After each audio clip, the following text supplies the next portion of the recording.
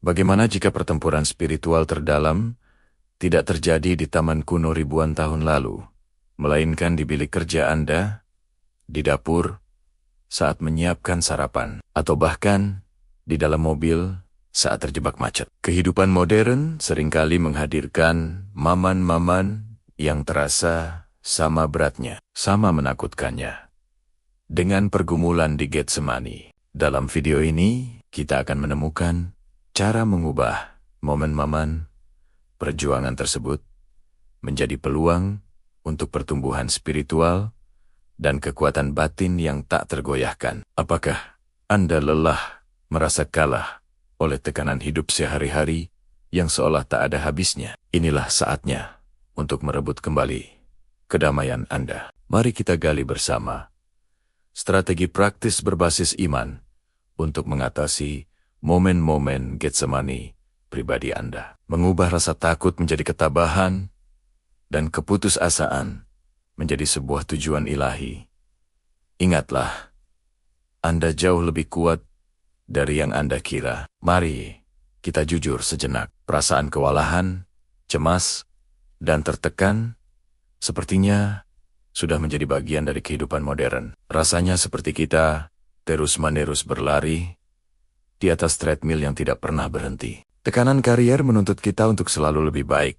Media sosial membuat kita terus membandingkan diri dengan pencapaian orang lain. Dan berita global yang tak henti-hentinya membuat dunia terasa begitu berat dan penuh ketidakpastian. Semua ini bukan sekadar frustrasi biasa. Ini adalah beban spiritual yang kita pikul setiap hari. Disinilah kita menemukan paralel dengan Getsemani. Getsemani adalah momen pergulatan batin yang begitu intens. Momen di mana seseorang merasa terisolasi dan sendirian dalam menghadapi beban yang luar biasa. Mungkin Anda juga merasakannya, perasaan terasing di tengah keramaian.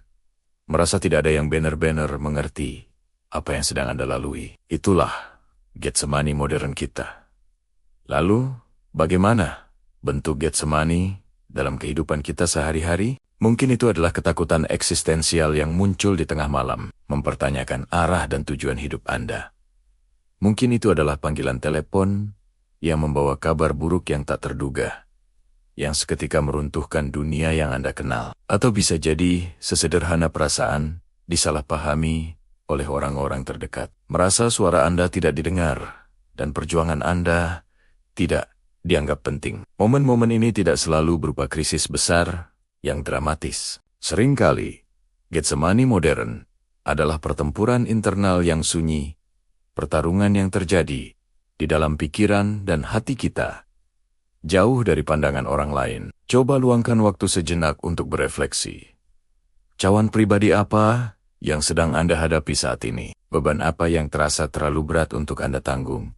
Yang paling Anda takuti untuk hadapi? Mengenalinya adalah langkah pertama untuk melewatinya. Sekarang, mari kita kembali ke taman kuno itu dan melihat kekuatan apa yang bisa kita ambil dari sana. Getsemani mengajarkan kita beberapa pelajaran spiritual yang sangat kuat. Pertama, kerendahan hati. Di sana, kita melihat penyerahan diri yang total, mengakui keterbatasan diri, dan kebutuhan akan kekuatan yang lebih besar. Ini adalah pengingat bagi kita untuk melepaskan ilusi bahwa kita harus bisa mengendalikan segalanya. Terkadang, kekuatan terbesar datang dari keberanian untuk berkata, "Aku tidak sanggup sendirian."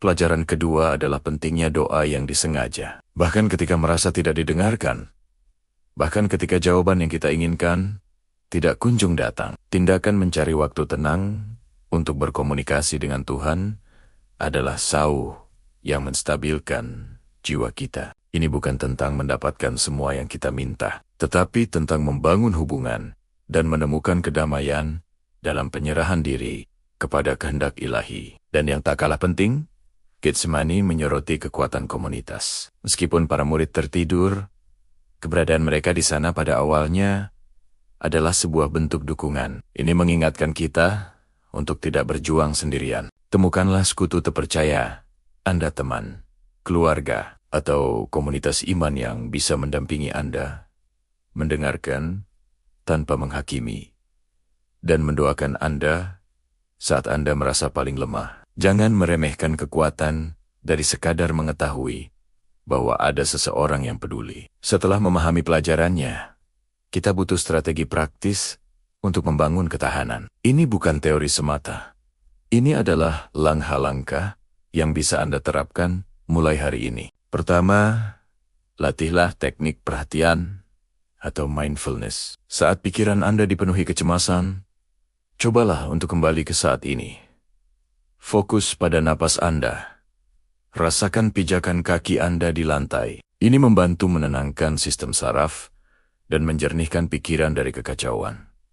Kedua, tetapkan batasan digital yang sehat. Paparan media sosial dan berita yang terus-menerus dapat menguras energi spiritual kita. Tentukan waktu khusus untuk online dan waktu untuk banner-banner offline. Izinkan diri Anda untuk beristirahat dari kebisingan dunia dan mengisi kembali jiwa Anda dengan keheningan atau kegiatan yang Anda nikmati.